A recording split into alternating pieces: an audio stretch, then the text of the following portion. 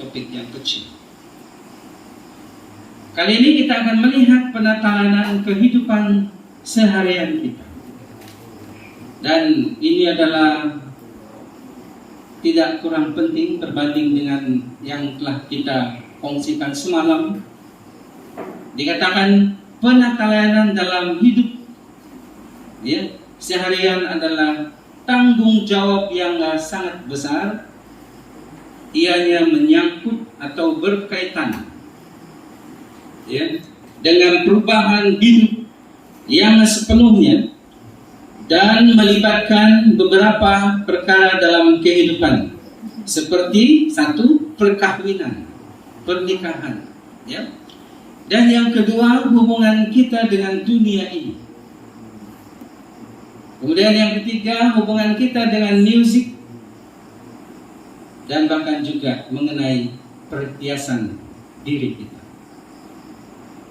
Nah inilah apabila disentuh penatalanan berkaitan dengan kehidupan semasa kita ini, itu adalah berkaitan dengan perkara yang kita sudah sebut, yaitu perkawinan, hubungan kita dengan dunia, musik, dan juga perhiasan kita. Kita akan lihat satu persatu nanti. Satu-satunya perkara yang memungkinkan hal ini ialah memperhatikan permintaan Tuhan. Bagaimana supaya kita tabah kuat menghadapi bahkan melakukan hidup kita ini? Dikatakan di sini kita hendaklah memperhatikan permintaan Tuhan. Dikatakan di dalam Amsal pasal 23 ayat 26. Hai anak-anakku, berilah hatimu kepadaku, biarlah matamu senang dengan jalan-jalan. Inilah tulisan yang telah ditulis oleh dia yang bijaksana, yaitu Salomo, atau dalam kitab lain disebut sebagai Nabi Sulaiman. Di dalam Bible kita mengatakan dia hanyalah sebagai seorang raja kepada bangsa Israel. Apabila Kristus tinggal dalam hati oleh iman, pikiran dan berbagai jenis kebiasaan hidup akan bersesuaian dengan standar yang ditentukan di dalam Alkitab. Semalam kita sudah melihat bagaimana tubuh ini perlu dijaga. Kita harus menjauhi tubuh ini daripada sesuatu yang boleh merosakkan tubuh badan ini, yang adalah Ka'bah Allah ini. Menjauhkan diri daripada alkohol, menjauhkan diri daripada tembakau, menjauhkan diri daripada minuman yang mengandungi kafein, bahkan juga menjauhkan diri daripada daging binatang yang haram. Bahkan semalam kita sudah melihat mengenai talenta, yang mana talenta kita ini telah dibekalkan oleh Tuhan untuk kita kembangkan. Dan di sepanjang masa penantian akan kedatangan Tuhan yang kedua kali, maka talenta ini semestinya kita akan kembangkan dia. Kita sudah melihat itu semalam. Saya percaya bahwa bermula daripada semalam kita sudah mulai nekat untuk melakukan itu dalam hidup kita. Baik pada malam ini, itu adalah sesuatu yang berkaitan dengan kehidupan kita. Rahmat Tuhan yang dikasihi oleh Tuhan kita Yesus Kristus, kekuatan menempuh kehidupan kita ini adalah sebagaimana yang tertulis di depan ini. Telah ditulis oleh Rasul Paulus kepada jemaat Tuhan yang berada di Filipi pada waktu itu. Jemaat Tuhan yang berada di Filipi itu adalah jemaat Tuhan yang mengalami banyak tekanan di dalam kehidupan, disebabkan oleh pada zaman Alkitab ini umat-umat Tuhan dianiaya. Mereka diperlakukan dengan kejam, dan tidak sedikit di kalangan mereka telah disiksa untuk mempertahankan iman, untuk menghadapi kehidupan yang sedemikian itu. Maka dikatakan, jadi akhirnya saudara-saudara, semua yang benar, semua yang mulia, semua yang adil, semua yang suci, semua yang manis, semua yang sedap didengar, semua yang disebut kebajikan dan patut dipuji, fikirkanlah semuanya itu. Amin itu.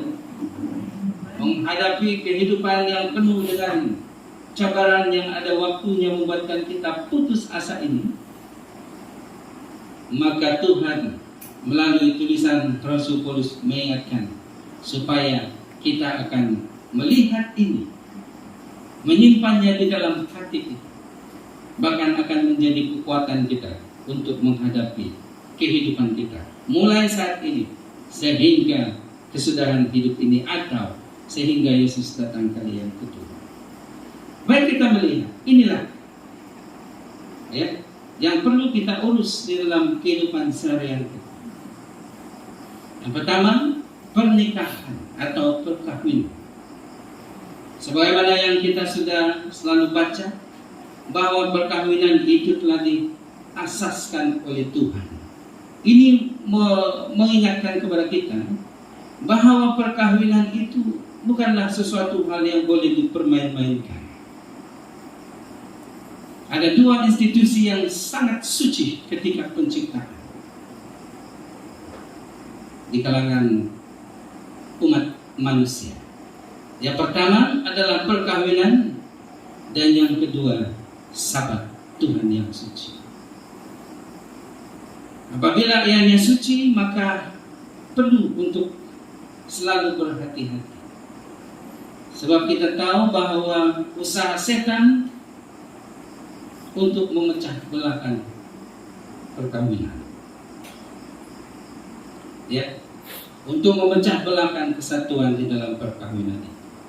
Perkawinan telah diasaskan oleh Tuhan, ya, sejak penciptaan. Bahkan ianya di tempat yang suci, yaitu di Taman Eden, ianya sudah wujud sejak penciptaan. Berkaitan dengan perkawinan ini, kalau kita melihat apa yang dinasihatkan oleh Tuhan melalui tulisan Rasul Paulus ketika dia menulis kepada jemaat Tuhan yang dikasihi Tuhan yang berada di Tesalonika. Yang menulis di dalam 1 Tesalonika pasal 4 ayat 4 ini, kalau kita melihat apa yang dikatakan di situ, supaya kamu masing-masing mengambil seorang perempuan menjadi istri sendiri dan hidup di dalam pengudusan dan penghormatan. Perkawinan yang diasaskan oleh Tuhan sejak semula itu adalah monogami. Kita paham maksud monogami? Dia adalah lawan kepada poligami.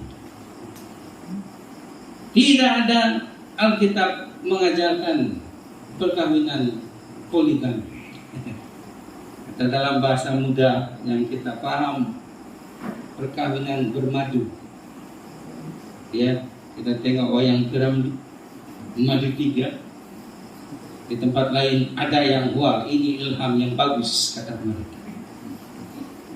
Sehingga saya melihat, bahkan saya tinggal menyewa dengan satu tempat menyewa dengan istri yang kedua. Ya, bila ditanya bagaimana dapat ilham, madu 3. Kata mereka, lihat saja wayang Keramdi, kata mereka. Tetapi bagi kita sebagai umat Tuhan, pernikahan itu suci, ya? Monogami, satu lawan satu, tidak lebih daripada itu. Kemudian ada yang berkata, kenapa Sulaiman, ya kan? Kenapa Daud bunyinya saja ratusan, lain lagi istrinya? Apakah itu Tuhan kehendaki? Tidak.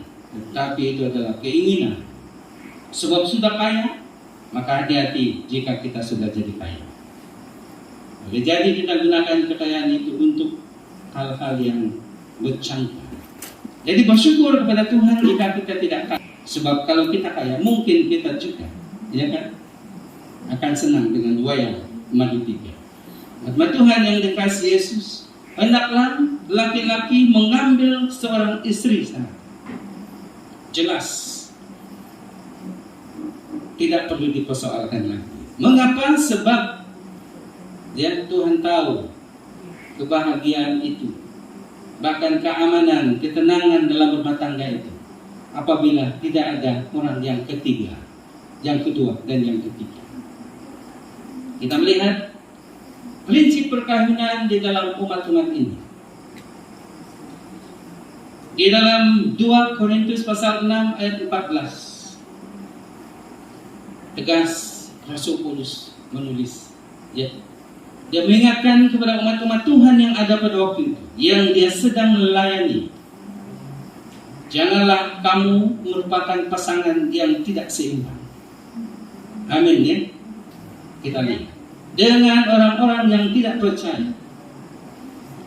Sebab persamaan apakah yang terdapat di antara kebenaran dan kedurhakaan? Atau bagaimanakah kebenaran dapat bersatu dengan kegelapan? Nah, apabila kita melihat dan membaca ini, maka kita sudah mulai tahu bagaimanakah perkawinan itu di mata Tuhan. Kita masih ingat ketika bangsa Israel pulang daripada Babel, ya, kita masih ingat itu. Apa Tuhan katakan yang tidak seiman pada waktu itu? Jangan diteruskan, ya. Nah, itu lebih tegas pada waktu itu. Yang tidak seiman, ceraikan, kata Tuhan. Tapi pada masa ini kita akan terus berjuang. Kalau mungkin kita sudah ya menemui pasangan yang tidak seiman, jangan kecewa. Jangan kita katakan, silap mungkin saya itu. Tetapi hendaklah kamu menjadi saksi di tempat itu, sehingga pasangan kita yang tidak seiman ini akan diberkati dan kesudahannya akan terbuka hatinya untuk memuliakan Tuhan bersama kita setiap saat. Kita melihat perkawinan di kalangan umat Kristen itu, dia adalah kekal. Daripada mudanya ke usia tuanya, kita melihat saja apa yang ada di gambar. Saya sangat diberkati dengan seorang pendeta. Ya, dia berkhotbah tentang keluarga. Wah, saya sangat diberkati. Satu ketika, tidak disangka-sangka, saya terlihat dia dan istrinya sudah berusia, ya, rambut sudah putih-putih, dan mereka berjalan seperti sedang bercinta. Aduh, saya katakan, dia berganding tangan. Bahkan dia jaga betul istri dia. Ya, luar biasa sekali pendeta. Nah, ini perkawinan ini akan berlangsung, bahkan tidak akan ada yang boleh memisahkan. Kita melihat saja apa yang dikatakan Matius 19 ayat 6. Demikianlah mereka bukan lagi dua, melainkan satu. Karena itu apa yang telah dipersatukan Allah tidak boleh diceraikan manusia. Jelas, ya kan? Tidak perlu ditanya kenapa begitu. Apabila kita percaya kepada Tuhan, segala firman Tuhan yang tertulis di dalam Alkitab yang kita ada, semestinya itu kita tidak akan persoalkan. Apabila kita mempersoalkan, hati-hati. Kejatuhan setan di surga itu adalah sebab dia mempersoalkan Tuhan. Nah itu ya, apa yang ada tertulis dalam Alkitab tidak perlu dipersoalkan, sehingga itu nanti akan memesong akidah, memesong kepercayaan kita. Lihat, tidak ada yang boleh memisah, dan akan berlangsung sehingga usia tua, bahkan sehingga ke, dalam bahasa lain, sehingga ke kesudahan hayat ini. Maka Tuhan yang dikasih demikianlah berkaitan dengan kehidupan kita yang berkaitan dengan pernikahan ini. Kita kena kuat menghadapi apa saja kemungkinan-kemungkinan di dalam keluarga kita. Dan apabila kita memanggil nama Yesus di dalam keluarga kita, maka itulah yang akan menguatkan kita, sehingga kita akan tetap, meskipun menghadapi banyak cabaran dalam hidup kekeluargaan, apabila Tuhan diutamakan dan diletakkan tempat yang terpenting dalam keluarga kita, maka keluarga ini akan tetap bertahan dalam keadaan tidak kesempurnaannya. Amin itu. Kekuatan kita bukan kebilaksanaan kita, bukan kebaikan hati kita terhadap pasangan kita, tetapi kekuatan kita adalah Tuhan. Dengan dunia ini, dikatakan dalam 2 Korintus pasal 7 ayat 2 Korintus pasal 6 ayat 17. Dikatakan begini. Sebab itu keluarlah kamu dari antara mereka dan pisahkanlah dirimu dari mereka. Firman Tuhan. Dan janganlah menjamah apa yang najis, maka aku akan menerima kamu. Kita berada di dalam dunia ini, tetapi Tuhan memanggil keluar.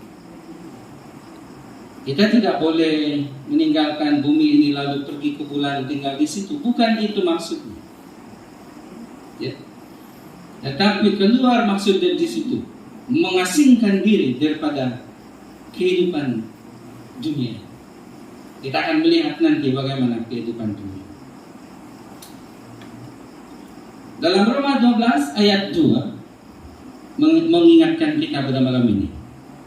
Dia mengatakan, janganlah kamu menjadi serupa dengan dunia ini, tetapi berubahlah oleh pembaharuan budimu, sehingga kamu dapat membezakan manakah kehendak Allah, apa yang baik, yang berkenan kepada Allah, dan yang sempurna. Inilah satu tulisan yang telah dikirimkan oleh Rasul Paulus kepada jemaat Tuhan yang berada di Roma pada waktu pelayanan dia di dunia. Kita semua tahu bagaimana kehidupan mereka yang berada di Roma ataupun bangsa Roma, ya kan? Bangsa yang belum mengenal Tuhan, sudah pasti keinginan hati itu diutamakan. Rasul Paulus mengingatkan kepada umat Tuhan yang ada di situ, janganlah menjadi serupa dengan mereka. Atau kata lain, janganlah hidup seperti kehidupan mereka. Ini. Tetapi hendaklah ada perubahan dan dapat membezakan kehendak Allah atau di sebaliknya. Beberapa hal tersirat di dalam tulisan Rasul Paulus. Kalau kita melihat, mengingatkan kepada kita bahwa kita harus selalu sadar bahwa sistem dunia ini adalah jahat. Sebab itu Tuhan melalui Rasul Paulus mengatakan, janganlah menjadi sama dengan dunia ini. Sebab dunia ini jahat. Ya.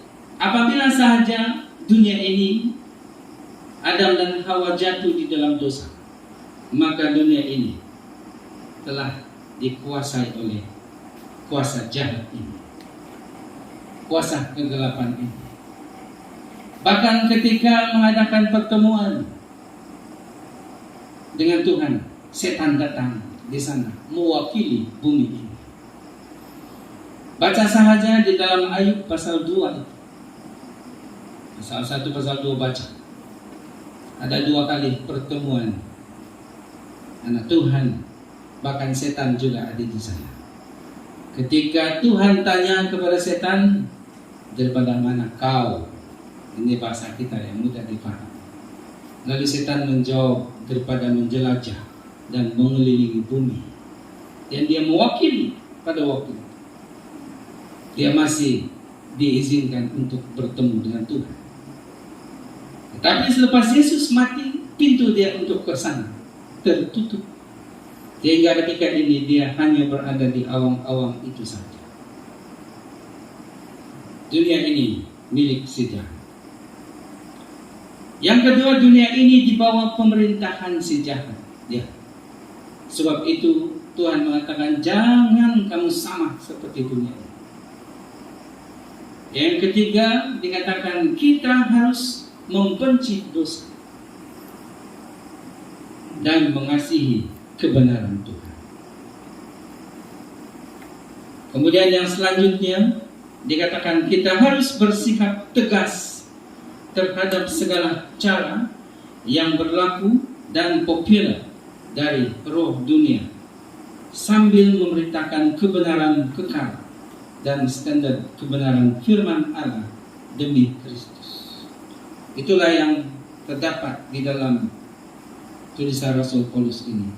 Kita harus berani menolak, ya, untuk menyerahkan diri pada aneka jenis keduniawian di sekitar gereja, bahkan di sekitar kita, di mana saja kita tinggal, seperti keserakahan, mementingkan diri, pemikiran humanistik, siasat-siasat politik, iri hati, kebencian, dendam, ya, kecemaran, bahasa yang tidak senonoh, hiburan duniawi, pakaian yang tidak sopan, kedursilaan, narkotik, dada, ya, minuman keras, dan persekutuan dengan mereka yang hidupnya keduniawian. Sebagai hamba Tuhan, kita harus kuat, berani menolak itu, untuk tidak menyerahkan diri kita dikuasai oleh hal-hal yang terpampang di hadapan kita. Selanjutnya, kehidupan ini selalu terkait dengan musik. Iya kan? Saya sangat senang musik. Ketika saya belum bertobat, belum kenal Tuhan, saya suka lagu Scorpion. Saya tidak tahu kalau kita kenal itu. Saya suka lagu Stevie Wonder. Stevie Wonder itu, yang negro itu, ya kan? Saya suka lagunya. Itu tahun 80-an. Ya. Nah, saya suka lagu-lagu mereka yang berada di barat. Iron Maiden, wow. Slipknot, kita tahu kumpulan Slipknot. Kalau dia konser, dia lukis mukanya seperti badut. Selepas saja konser, biasanya dia akan pecah-pecahkan dia punya alat musik. Tidak tahu mengapa, mungkin itulah perjanjian. Saya suka lagu Michael Jackson, ya, tarian patah. Sehingga kita di sekolah pun mulai, sehingga sakit-sakit pinggang mencoba, ya. Apa sudah lagu dia?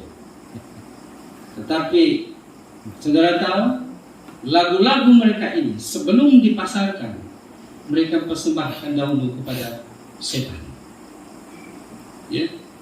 Sehingga belum pun album mereka berada di pasaran, peminat sudah berdebar-debar hati menunggu. Nah ini, ya kan? Saudara tahu Lucifer adalah pemimpin choir di surga sebelum kejatuhan. Dan saya terbaca tulisan Ellen White mengatakan apabila dia menyanyi sekaligus 4 suara, ya kan? Jadi bayangkan saja dia sendiri, ada sopranonya, ada alto, ada tenarnya, ada bass. Oh, luar biasa sekali. Ketika dia berada di bumi ini disebabkan oleh kesalahan yang telah dia lakukan, dia juga meneruskan bakat dia.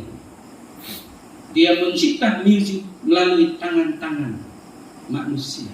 Yang kita lihat saja, saya pernah pergi ke sebuah kedai jual CD satu ketika.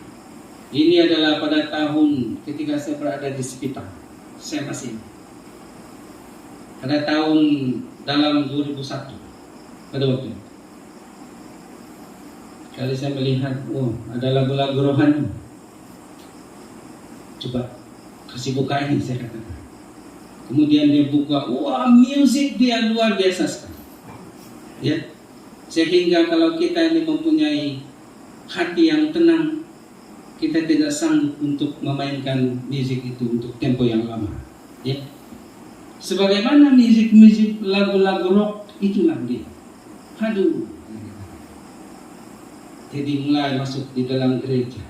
Siapa yang mencipta not-notnya ataupun chord-chord dia? Hati-hati mata Tuhan. Kita masih ingat Lucifer adalah pemimpin choir di surga. Dan dia mengilhamkan juga kepada penulis lirik lagu. Coba kita lihat, kita perhatikan lagu-lagu hebat yang terkenal di dunia ketika ini. Apa yang diagung-agungkan? Ya, ada yang sudah memperhatikan itu. Ya, dia mengagung-agungkan kekecewaan. Siapa yang kecewa? Lucifer kecewa. Ya.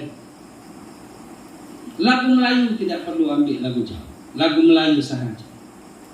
Ya. Lagu kumpulan Slam. Saya suka lagu kumpulan Slam sebelum saya bergabung dengan jemaat ini. Apa dia katakan? Kusangkakan panas berpanjangan, itu kan? Ya, dia itu, ya kan? Berupanya gerimis, dikatakan.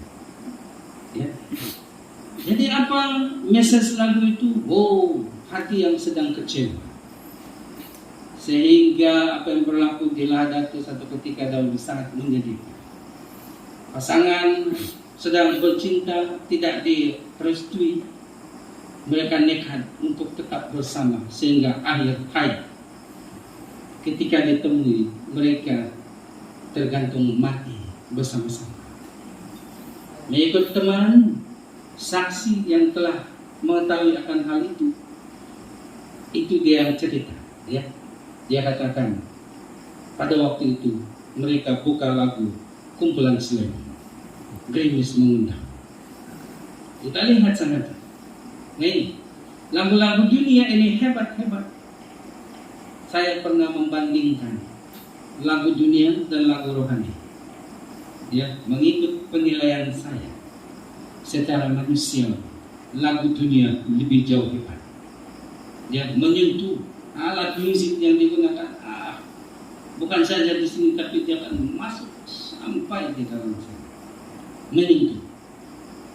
Tetapi saudara tahu, selepas Michael Jackson konser satu ketika, mengingat dia naik bangunan tinggi, lompat ke bawah.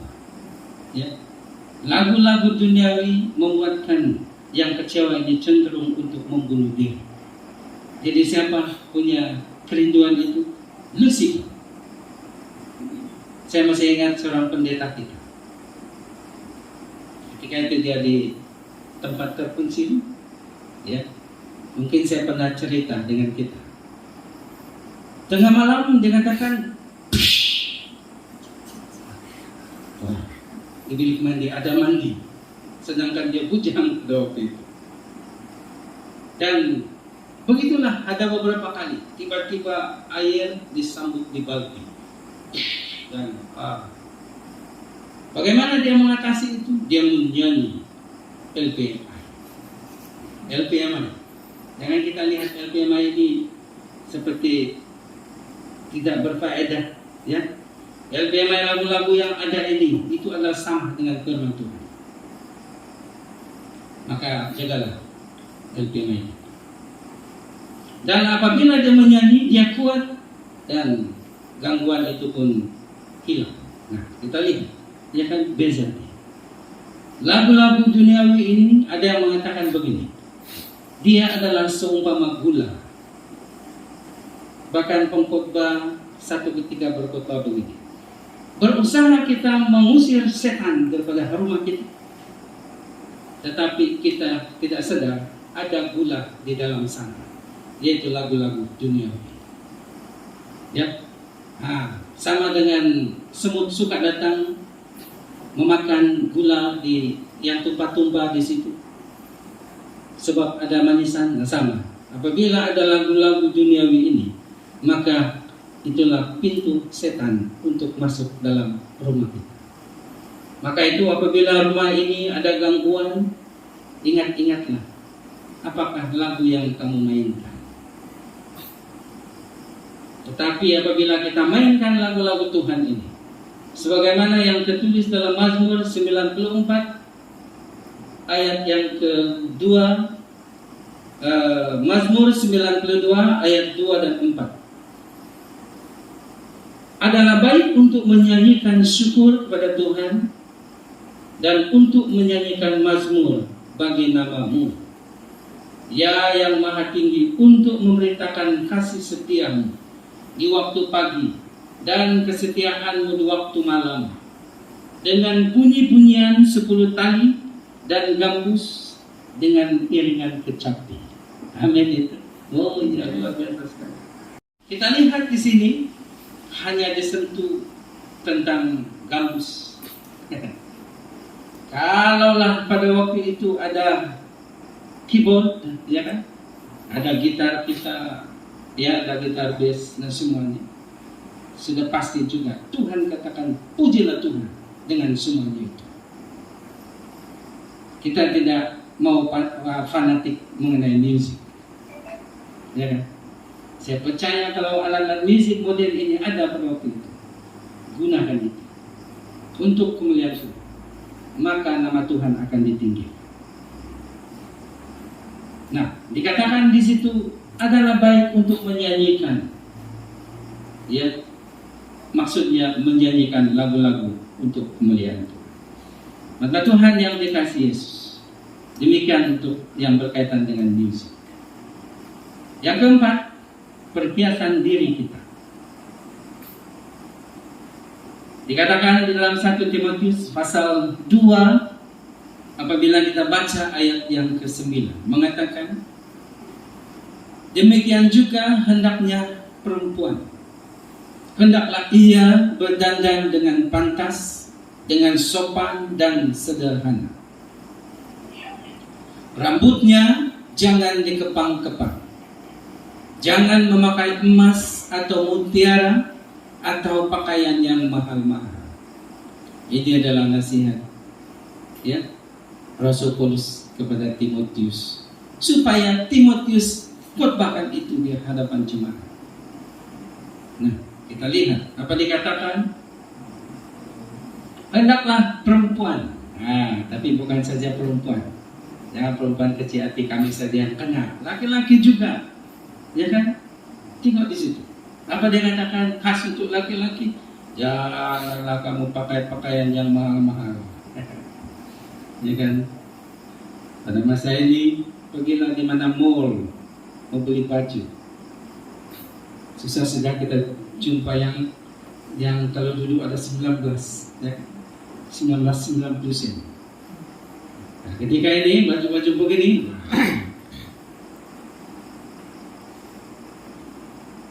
disebabkan tidak ada lagi yang lebih murah, janganlah terlalu fanatik, ya kan? Yang mengatakan ya Alkitab kata jangan beli yang mahal. Bukan itu maksudnya, ya. Maksudnya di sini adalah kita menunjuk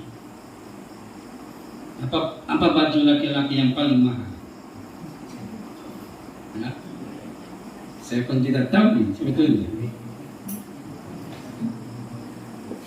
Ya, kita biasa membeli, ya cuma dan hiu, pakai wah, ini itu, ya kan?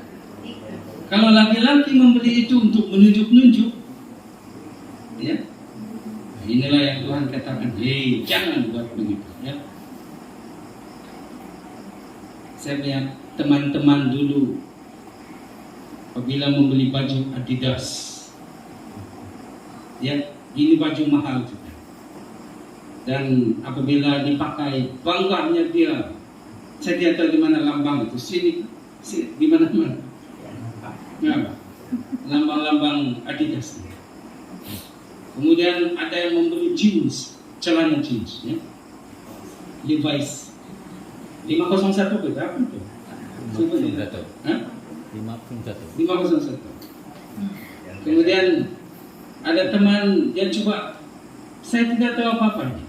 Dia buka, apa yang kamu mau tengok nih? Saya mau tengok kepala kain. Apa ini kepala kain? Yang suka membeli pakaian mahal-mahal ini, ya, coba tanya di kedai sana di mall. Coba tunjukkan saya mana jeans kepala kain. Ya, mereka tahu, oh ini tuan, ini bos, ini kepala kain. Mahal. Ya. Bukan. Kepala kain itu maksudnya itu yang dia tidak dijahit tepi. Itu celana itu kan jeans, dia tidak dijahit tepi. Tetapi dia tepi kain yang tidak perlu dijahit tepi. Inilah kepala kain. Ya. Dan bagi peminat-peminat pakaian mahal, dia suka itu sebab tahan. Apabila dibasuh dengan menggunakan mesin basuh, tidak akan tercabut-cabut jahitan tepinya. Ini, ya, itu mah. Saya tidak tahu ini, tetapi mereka tahu. Apapun dikatakan, janganlah menggunakan pakaian yang mahal-mahal. Salah ketik yang itu, ya. Tapi apapun tulisan dia tetap lengkap di sana. Untuk wanita dikatakan hendaklah berdandan dengan sopan. Kita lihat saja ini. Ya, wow, ini luar biasa sekali. Apa yang ada ini saya pun tidak tahu ya. Apa nama dia? Yang saya tahu emas. Tetapi bagi peminat-peminat emas dia tahu. Ya kan? Saya melihat emas semua sama. Tetapi ada yang tahu, oh, ini emas kertas katanya. Apa ini emas kertas? Ya, ya mungkin tipis lah maksudnya itu. Ya. Tuhan tidak mau kita mengenakan hal-hal yang sedemikian. Sudah pasti sebab itu pengalaman bangsa Israel di padang pasir boleh jadi. Ya. Ketika bangsa Israel meninggalkan Mesir, lalu mereka mendapat emas yang banyak. Ketika Musa berada di gunung Sinai pada waktu itu, maka emas-emas dikumpul, lalu ditempah dan dibuat patung anak lembu. Ya kan? Dan mungkin untuk zaman kita pada masa ini, disebabkan emas ini mahal, sehingga apabila kita menumpukan perhatian kepada emas saja, kita lupa bagi kesepuluhan. Boleh jadi, ya kan? Persembahan pun hanya sikit-sikit saja, sebab habis dibeli emas dan juga hal-hal yang mahal-mahal, barang-barang yang mahal-mahal. Kita boleh baca juga di dalam 1 Petrus pasal 3 hal yang berkaitan dengan ini. Bagaimana umat-umat Tuhan berdandan, kita perhatikan. Tetapi hendaklah ia berdandan dengan perbuatan yang baik, seperti yang layak bagi perempuan yang beribadah. Amin itu. Nah ini perhiasan. Umat Tuhan, perhiasan kita bukanlah emas, intan, berlian, dan sesuatu yang mahal. Tetapi perhiasan kita adalah perbuatan kita yang baik. Ya, perbuatan yang baik seperti yang layak bagi perempuan, bahkan lelaki yang beribadah. Amin itu. Inilah penatanan kehidupan seharian. Dia berkaitan dengan perkawinan. Berkaitan dengan apa lagi saya sudah lupa.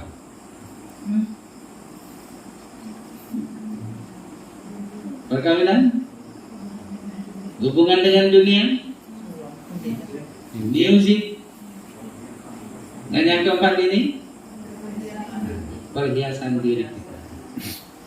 Mudah-mudahan kalau saya tidak lupa inilah kuis besoknya. Amin ya. Ingat saja. Besok saya akan kasih kuis 3 soalan. Puji Tuhan. Hamba Tuhan yang dikasihi Yesus,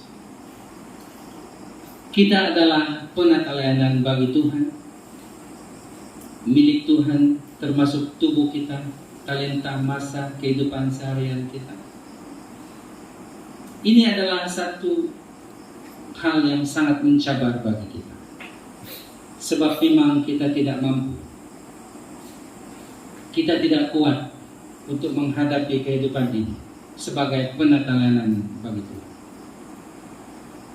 Kita tidak akan mampu untuk melakukan itu menggunakan kekuatan kita, atau kita tidak mampu melakukannya dengan kekuatan kita sendiri. Maka itu pada saat ini, mari kita terus bergaul dengan Allah untuk mendapatkan kekuatan, sebab Dialah satu-satunya kekuatan kita. Amin itu. Amin. Mari kita katakan kepada Tuhan, yang mana kita ingin menjadi penata layanan yang setia untuk menjaga, mengurus kehidupan seharian kita. Jika kalian ingin menyatakan itu kepada Tuhan pada malam ini, mari berdiri bersama saya dan kita akan berdoa. Kita tunduk kepala. Allah Bapa kami yang di surga, Tuhan yang kami sembah, Tuhan yang kami kenal hanya melalui Tuhan Yesus Tuhan kami. Saat malam hari ini Tuhan, kami sangat bersyukur kepada Tuhan, terutama sekali atas cuaca yang baik, yang mana firman Tuhan dikumandangkan dengan tenang, aman pada saat ini. Itu adalah sebab Tuhan ada di tengah-tengah kami. Dan kami sudah sekali lagi diperingatkan tentang satu topik yang penting, yaitu menjaga kehidupan seharian kami. Ada 4 perkara penting yang perlu untuk kami perhatikan, yang Tuhan sudah ingatkan kepada kami, yaitu berkaitan dengan perkawinan kami atau rumah tangga kami, berkaitan dengan hubungan kami dengan dunia ini, berkaitan dengan hubungan kami dengan musik, bahkan juga hubungan kami dengan perhiasan diri kami. Kami sudah diperingatkan, kami percaya bahwa semua itu datang dari Tuhan untuk kemuliaan Tuhan. Cuma sahaja kami mohon kepadamu ya Bapa, supaya Engkau menguatkan kami, untuk supaya kami mampu melakukan itu. Sebab kami tahu bahwa kekuatan kami hanyalah datang daripada Tuhan. Lihatlah hati kami Tuhan, fikiran kami yang penuh dengan kelemahan, ketidakkemampuan ini ya Bapa. Jamalah kami sesuai kehendak-Mu. Jadilah kami saksi-Mu yang hidup di mana sahaja kami berada, sehingga akan lebih banyak jiwa yang diberkati dan terbuka hati untuk menjadi anak Tuhan. Terima kasih. Kepulangan kami Tuhan jaga lindungi, kiranya kami dijauhkan daripada bahaya musibah, sehingga kami tiba di rumah dengan baik dan istirahat pada malam ini Tuhan berkati, sehingga kami tiada gangguan daripada kuasa gelap. Kami akan tidur dengan nyenyak, besok pagi bangun penuh sukacita, memuliakan Tuhan dan juga melakukan tugasan masing-masing. Terima kasih. Inilah doa kami Tuhan, dalam nama anak-Mu Tuhan Yesus Tuhan kami. Amin.